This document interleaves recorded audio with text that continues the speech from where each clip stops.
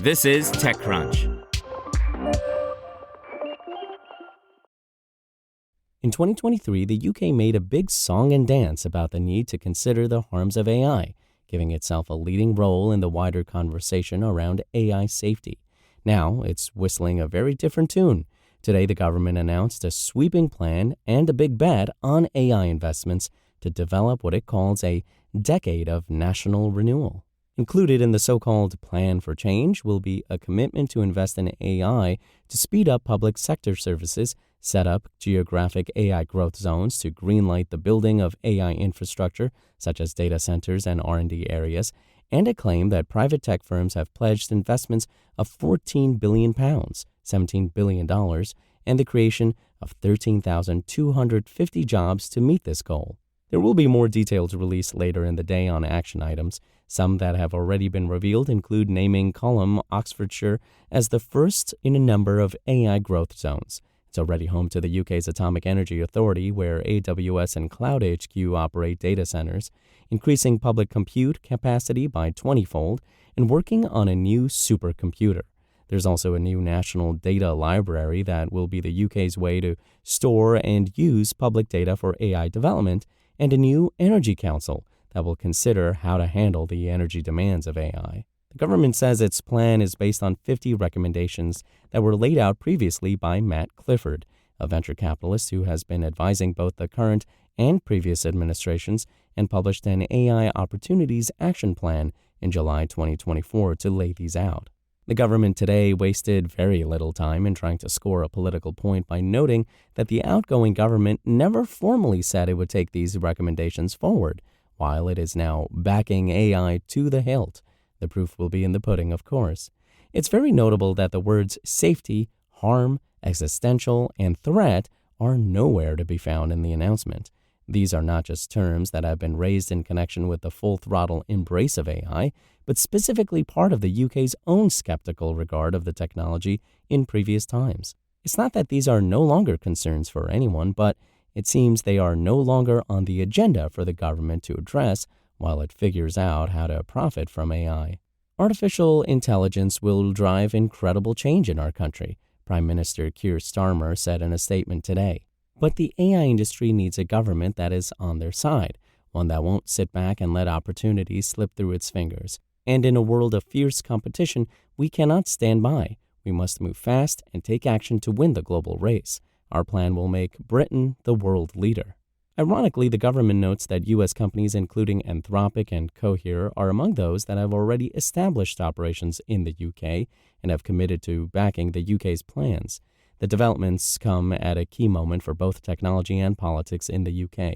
On the tech side, the country has long been the biggest market for technology investment in Europe, as well as for investment in AI startups specifically. Still, it lags far behind the US on both fronts.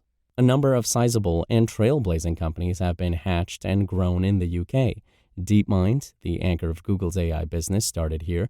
Chip giant Arm is British, and there are tens of thousands of startups and research groups doing groundbreaking work. But the country, along with Europe as a whole, is yet to produce a mega business along the lines of Microsoft, Google, or Apple. The belief is that more focus on developing major UK hyperscalers will lead not only to helping the UK modernize and improve its economy, a much-needed boost since the country has been teetering on recession for years, but help the UK have more sovereignty in the longer run. Sovereignty seems like a lofty ambition, but it's an important national bulkhead at this moment. On the side of politics, the country is at a strange crossroads. Starmer, who became prime minister last year, has a fractious history with incoming U.S. President Donald Trump, and there will be some trepidation right now over how that will play out over the next 4 years. More directly, Starmer has been embroiled in a tense war of words with one of Trump's chief allies, Elon Musk.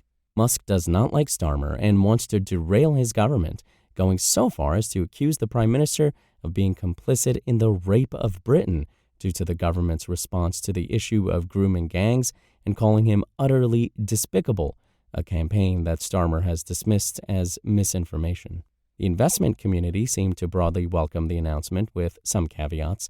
Simon Murdoch, a managing partner at Episode One Ventures, said, "While we welcome this initiative, it will be a marathon, not a sprint.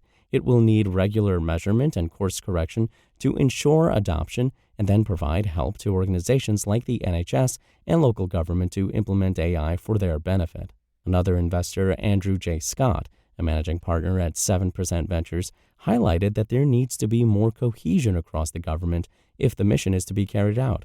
The action plan won't realize its ambition to make the UK a winner in AI unless other policies are aligned across government. If, for example, startup founders or VCs leave the UK because they are taxed uncompetitively, or the NHS refuses to deploy AI technology because unions fear job losses, he told TechCrunch. Luke Alvarez, managing general partner, Hyro Capital, was equally critical. It is fantastic that the UK government is making a big commitment to AI. However, current government policies are incoherent on this. We need a lot more energy fast. The UK's current net zero strategy and the bias towards wind is incompatible with this. He added that the UK will need more private capital and also called for the establishment of a UK Doge, in reference to the initiative led by Elon Musk in the coming Trump administration. Others were more enthusiastic. Pippa Lamb, partner at Sweet Capital, commented, "Given the government's initial scrapping of the $1.3 billion of funding for AI and compute projects set forth by the Conservatives, I'm relieved to see the measures reinstated and refreshed. The UK is already the third largest market for AI in the world, and today's announcements will bolster that." And James Wise, partner at Balderton Capital, encouraged the government to implement the report. "It's great to see such clear support vocalized for the UK's growing AI sector. We hope the recommendations in this report become reality quickly." TechCrunch has an AI-focused newsletter. Sign up to get it in your inbox every Wednesday.